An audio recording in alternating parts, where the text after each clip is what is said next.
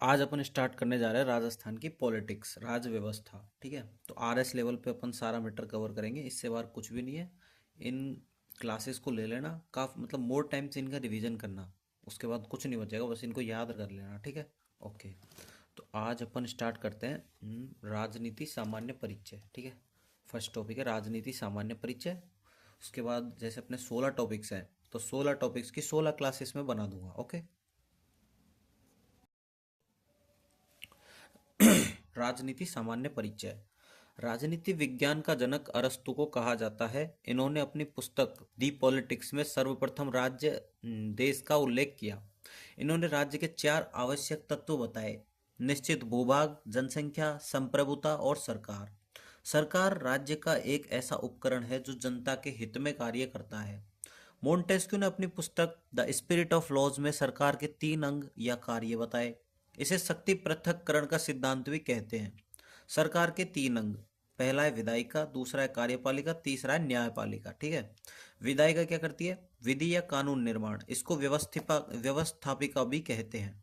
कार्यपालिका नीति निर्माण करना, नीति क्रियान्वयन करना, विधि को लागू करना। ठीक है, कार्यपालिका के 2 भाग हैं।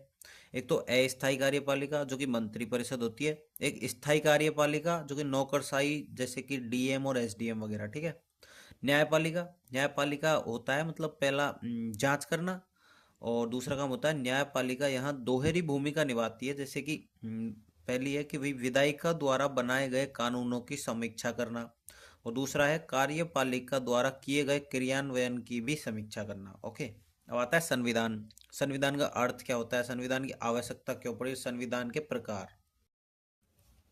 अर्थ: यह विधि का सर्वोच्च दस्तावेज है जिसमें सरकार के सभी अंगों की शक्तियों का उल्लेख है तथा उस पर आरोपित प्रतिबंधों का उल्लेख है। इसमें लोगों के मूल अधिकार, मौलिक कर्तव्य और राज्यों के लिए नीति निर्देशक तत्व का भी उल्लेख है। आवश्यकता: शक्तियां व्यक्ति में नहीं होनी चाहिए, क्योंकि अगर शक्तियां व्यक्ति में होगी तो दूसरों की स्वतंत्रता खतरे में हो सकती है तथा शासन बल के आधार पर भी संचालित हो सकता है। संविधान के द्वारा शक्तियां सीमित, प्रतिबंधित तथा विभाजित की जाती है। प्रकार: संविधान के 2 प्रकार हैं: लिखित, अलिखित। लिखित संविधान: संविधान किसी संविधान सभा के द्वारा निश्चित समय में लिखा जाए उसे लिखित संविधान कहते हैं। जैसे इंडिया का सबसे बड़ा है और यूएसए का फर्स्ट है। अलिखित संविधान: यह परंपराओं पर आधारित होता है, अर्थात किसी संविधान सभा द्वारा निश्चित समय में लिखा नहीं जाता। दैट इज ब्रिटेन का है, न्यूजीलैंड का है, कनाडा का है। ठीक है, लोकतंत्र क्या है और क्या नहीं है? यह राजा महाराजाओं का शासन नहीं है, यह बल तथा शक्ति पर आधारित नहीं है, यह व्यक्तियों की इच्छाओं पर आधारित शासन भी नहीं है। लोकतंत्र ऐसा शासन है जो जनता की सहमति पर आधारित हो, अर्थात जनता की इच्छाओं का शासन हो। इसमें शक्ति का स्रोत आम जनता है, यह जनता के प्रतिनिधियों का शासन है, यह उत्तरदायी शासन है। लोकतंत्र एक सामाजिक व्यवस्था है जिसमें बहुसंख्यकों की यह जिम्मेदारी है कि वह अल्पसंख्यकों का ध्यान, ख्याल व सम्मान करे। लोकतंत्र एक जीवन शैली है जिसमें विचारों में मतभेद हो सकता है, लेकिन दूसरों के विचारों का सम्मान करते हुए असहमतियों, मतभेदों का शांतिपूर्ण समाधान निकाला जाए।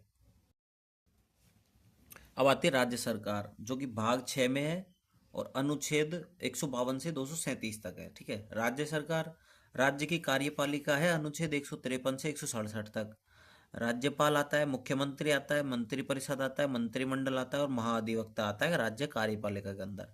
उसके बाद सेकंड में आता है राज्य विधायिका, जो कि अनुच्छेद 168 से 213 तक है, जिसमें राज्यपाल, विधानसभा एवं विधान परिषद आती है विधायिका में। ठीक है, राज्यपाल की विधायी शक्ति आती है अनुच्छेद 213 में। उसके बाद राज्य न्यायपालिका अनुच्छेद 214 से 237 तक, जिसमें आता है उच्च न्यायालय एवं जिला न्यायालय, हाई कोर्ट एवं डिस्ट्रिक्ट कोर्ट। ठीक है, अनुच्छेद 152 परिभाषा: इस भाग में जब तक कि संदर्भ से अन्यथा अपेक्षित न हो राज्य पद। ठीक है, राज्य कार्यपालिका अनुच्छेद 153 से 167। संघ की तरह राज्यों में भी संसदीय शासन व्यवस्था अपनाई गई। संसदीय शासन व्यवस्था में दोहरी कार्यपालिका होती है। एक तो होती है नाम मात्र की कार्यपालिका जो कि राज्यपाल, एक होती है वास्तविक कार्यपालिका जो कि सीएम एंड मंत्री परिषद। अब संसदीय शासन व्यवस्था, इसमें सरकार का वास्तविक प्रमुख सीएम या पीएम तथा संवैधानिक प्रमुख राष्ट्रपति या राज्यपाल अलग अलग होते हैं। इसमें विधायिका और कार्यपालिका में समन्वय होता है, अर्थात कार्यपालिका का सदस्य बनने के लिए विधायिका का सदस्य होना जरूरी है। इसमें कार्यपालिका दिन प्रतिदिन के उत्तरदायित्वों पर आधारित है। मंत्रिपरिषद सामूहिक रूप से लोकसभा विधानसभा के प्रति उत्तरदायी होंगे और व्यक्तिगत रूप से राष्ट्रपति राज्यपाल के प्रति उत्तरदायी होंगे। इस शासन में समुचित शक्तियां मंत्रिपरिषद नामक समूह में होती हैं।